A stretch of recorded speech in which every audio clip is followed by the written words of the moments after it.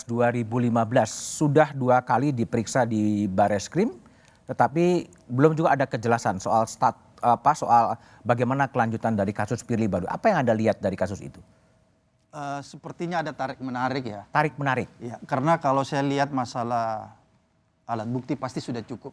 Karena yang bersangkutan sudah ditetapkan sebagai tersangka. Karena kalau di dalam KUHP, kalau sudah 2 alat bukti orang itu sudah bisa ditetapkan tersangka.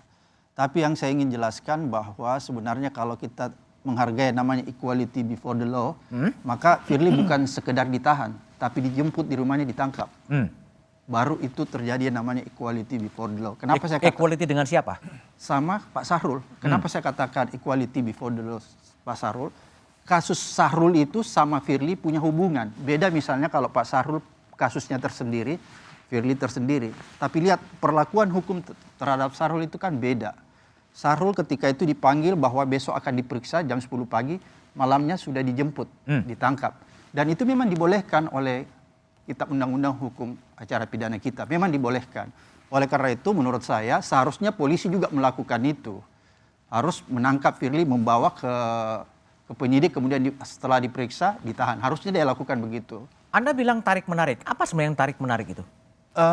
Saya lihat mungkin ada sesuatu ya yang kita sulit pahami. Saya juga masih menganalisa apa sih sebenarnya yang terjadi ini ya. Sehingga kayaknya agak berat banget ini polisi untuk melakukan penahanan terhadap Firly ya. Padahal kalau kita lihat sudah beberapa tempat dilakukan penggeledahan, penyitaan dan lain-lain sebagainya. Atau mungkin saja kalau kita berpikiran positif Mas Budiman, jangan-jangan misalnya penyidik ini kan ada waktu ya 120 hari.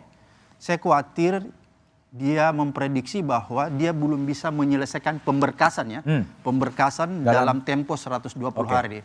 Karena kalau seseorang sudah ditahan dan kita tidak bisa menyelesaikan pemberkasannya dalam tempo 120 hari, kemudian kita limpahkan ke penuntut umum, maka orang itu bisa lepas demi hukum kembali. Baik. Mungkin itu kalau kita pikiran positifnya. Baik, Johan Budi, jadi di Komisi 3 dan juga pernah berada di dalam KPK.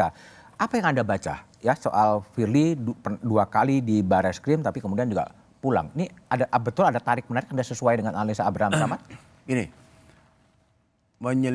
menyidik di KPK itu agak berbeda dengan menyidik di kepolisian.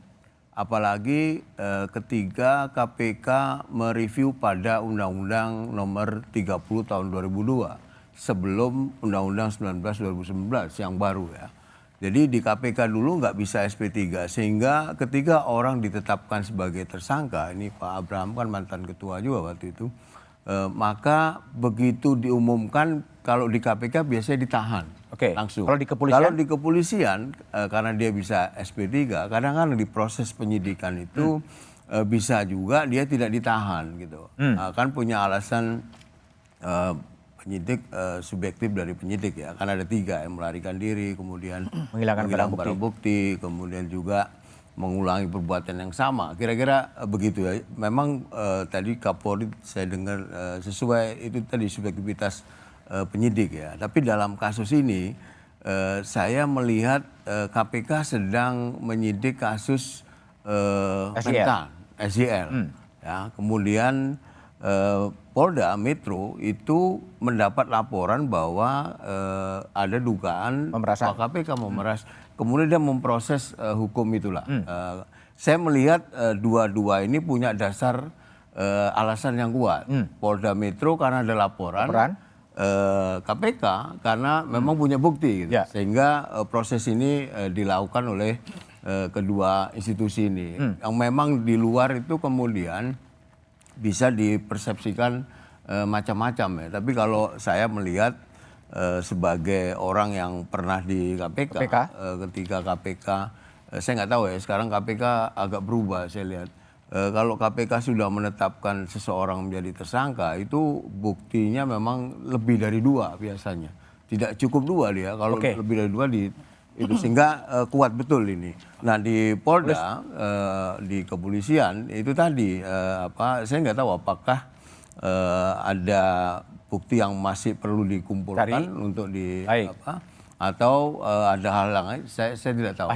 Tapi 2 institusi ini saya kira sama-sama punya alasan bukti yang kuat ya. Punya alasan Oke. yang sama kuat. Baik, Mbak Yenti, Firly adalah salah satu pimpinan yang kemudian pernah Ibu seleksi ya sebagai ketua pansel seleksi.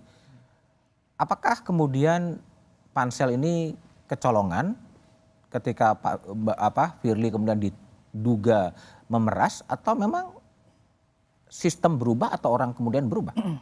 Ya, gini Mas, saya kira pansel nggak kecolongan ya. Nggak kecolongan, oke. Tidak, karena gini, kita itu kan tahapnya lama ya, 8 bulan dan bertahap itu.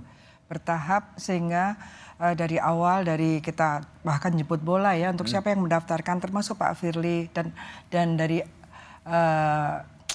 penegak hukum itu harus ada izin dari atasannya. Artinya Pak Firly pun masuk ke sini dan 11 polisi yang lain itu sudah izin Pak Kapolri waktu itu Pak Tito. Artinya apa? Pasalnya udah disaring di sana kan? Saring internal. Betul. Kan kita juga penyaringan ini kan. Dan kemudian kita ada policy brief dan penyaringan administrasi. Kemudian kita ada beberapa vendor juga kan untuk testing psikologi, manajerial, sosial, kultural juga, dan kemudian kapasitinya dan sebagainya itu sudah bertahap. Sehingga kalau sekarang ditanyakan, kok sekarang berubah? Ya memang saya melihat bahkan pada waktu Pak Agus Raharjo pun saya juga panselnya. Ya memang kita tidak bisa menjamin bahwa pada waktu itu, terutama berkaitan dengan integrity misalnya, itu waktu itu pada saat itu sampai saat kita serahkan kepada presiden kemudian kepada DPR ya memang nilainya itu masuk ke 20 ya, kemudian kita serahkan 10. Nggak ada masalah, tiap tahap itu nggak ada masalah. Dan masih ada waktu itu masih ada 3 atau 4 polisi, sehingga tinggal 1 polisi kan. Itu semua saya kira seperti yang sudah disampaikan, nilainya memang masuk terus di antara sampai pada akhirnya 20 dan kemudian kita wawancara. Nggak ada. Dan berkaitan dengan ini tadi ya, kan saya juga bingung juga ya. Katanya Pak Firly itu disangkakan memeras. Saya agak bingung juga, orang memeras kok mentersangkakan gitu ya. Kayak nggak match gitu, saya sebagai akademisi. Gimana nggak memeras? Ini kan, nggak match?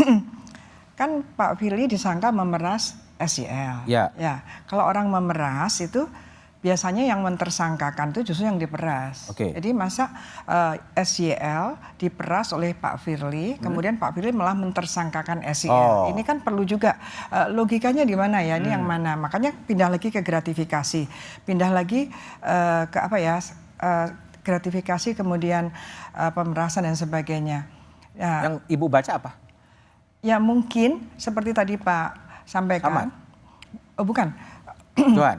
Pak Johan sampaikan bahwa mungkin ya karena 2 alat bukti yang cukup itu, alat bukti yang cukup adalah 2, kalau di kepolisian mungkin ya hati-hati, jangan-jangan memang sedang mencari kekuatan buktinya itu lagi. Karena kan saya juga loh kok pindah ya, habis pemerasan, memeras ya. Pemerasan itu kan bisa yang memeras, bisa yang diperas.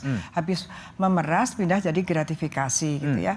Dan saya nggak membela siapa-siapa ya, tapi melihat itunya secara akademis, kok orang memeras kok mentersangkakan. Logikanya kalau dia sudah memeras seseorang, ya udah terima misalnya, ya nggak mungkin ditersangkakan, itu bahaya sekali. Ya. Tapi kita juga tidak tahu ya. Ada sesuatu yang di luar itu gitu, invisible hand gitu? Maksudnya? Iya, ada kekuatan lain yang kemudian dituduh memeras dan kemudian atau dituduh mentersangkakan, atau saling mendahului aja sebetulnya. Iya, kalau memeras saya juga Pak Abraham Samad ya, memang kayaknya tidak equal ya, karena tentang Pak Mentan itu udah agak lama itu kan dugaan-dugaannya. Jadi KPK lebih firm menurut saya. Ini masalahnya adalah karena orang pidana itu, masalah pidana betul-betul berkaitan dengan unsur yang bisa dipenuhi dengan alat bukti yang ada, bukti yang sudah terkumpul. Ini berkaitan dengan, kalau saya sih melihatnya hanya ya mungkin belum terlalu kuat, dan itu nanti khawatir ya kalau misalnya kemudian ditahan, buktinya belum cukup juga akan berbahaya. Akan berbahaya. Iya.